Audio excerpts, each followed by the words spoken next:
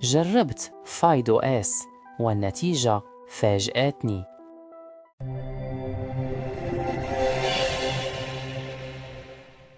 شنو هو فايدو اس؟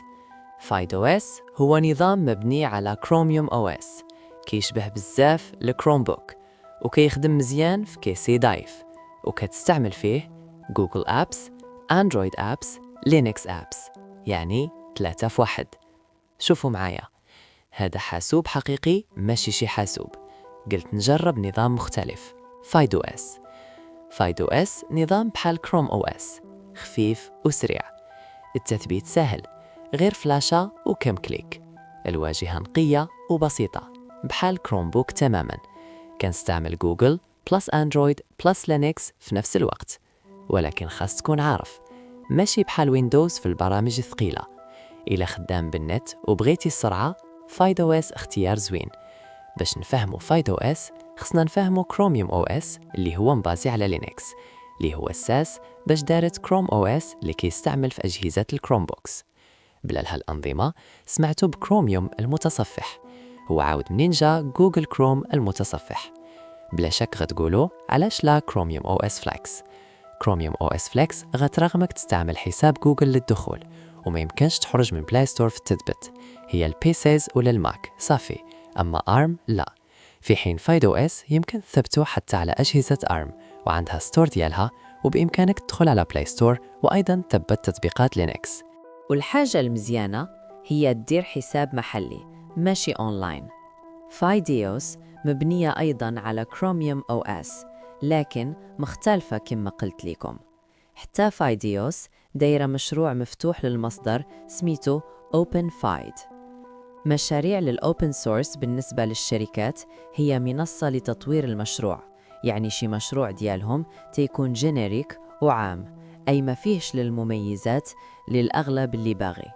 من العيوب ديال فايديوس أنه ما كتحدثش لراسو بشكل أوتوماتيكي، ماشي مجاني، حتى نوعا ما مجاني، يعني إلا تحدث النسخة أعلى يمكن تضطر تخلص شي حاجة، لذا من الأحسن هنا تعاود تثبت النسخة الأحدث. نمشيو دابا للتحميل. هذه هي صفحة التحميل، نختار المناسب. كما كتشوفوا كاين البيسي وVMware وأجهزة ARM كراسبيري باي. بالنسبة للتسعير راه مجاني الVMware، نوعا ما مجاني الPC SBC ل 4U الأجهزة بالضبط بحال سيرفيس $20 للعام. ديك نوعا ما مجاني. بحاجة لتوضيح، بحال كل شي مجاني إلا الخدمات، منها سبورت والترقية. اللي بغى يتأكد مزيان يمشي للموقع ويقرأ. باراكة من الهدرة، نشوفوا النظام دابا. غير بغيت نبين لكم هادي، أنا ما مثبتش النظام وكيحفظ التغييرات اللي درتها قبل، يعني ممكن تستعملوه كنظام محمول. كما شفتوا حتى بلاي ستور كاين، لكن أنا اللي تبتو. نعاود من جديد، خصكم تجربوا الأول واش خدامة معاكم ولا لا. نيكست، خصنا نقبلوا الشروط باش نكملوا. إلا ما بغيتيش دير كونت أونلاين خلي هادو بحالي وسير لتحت لوكال أكاونت، يوزر نيم ديالك والباس، شي إعدادات بسيطة. نيكست، نخليوها في أوتو. نيكست، get started. ها حنا مشابه تماما للكروميوس. نشوفوا واش خدام معنا المتصفح مزيان. خدام مزيان، الناس مهتمة بالتطبيقات ماشي شي حاجة أخرى. باش يمكن لكم تخدموا تطبيقات أندرويد، كليكي على أندرويد وقبل الشروط لونش. دابا نقدروا نخدموا تطبيقات أندرويد.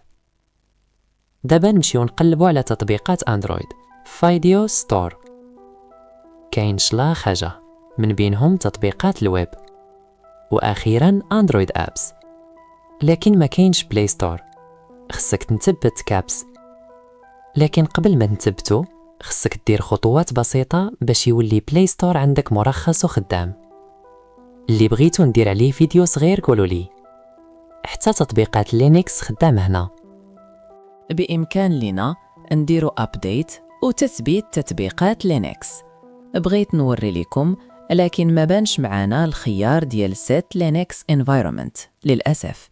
أمكن محية المساحة المتاحة صغيرة. للتكملة أقولها ليا. ها احنا شفنا باللي احنا قادرين نخدموا تطبيقات أندرويد ولينكس مرة أخرى في فايد أو اس. إلا بغيتوا نشرح التثبيت وحاجات أخرى إحال تثبيت بلاي ستور قولوا ليا. في الأخير فايد أو اس عطاني تجربة خفيفة وسريعة، خصوصاً إلا كان عندك حاسوب ضعيف وكتخدم غير بالنت والتطبيقات البسيطة، ماشي نظام ديال المونتاج ولا الألعاب، ولكن في الاستعمال اليومي راه كيخدم مزيان وبلا صداع. دابا القرار عندك، واش غادي تبقى مع ويندوز ثقيل ولا تجرب حل أخف بحال فايد أو اس. إلا عجبك الفيديو ندير لايك وسبسكرايب باش توصلك تجارب أخرى حقيقية، وخلي لي رأيك في التعليقات. واش جربتي فايد أو اس ولا باقي؟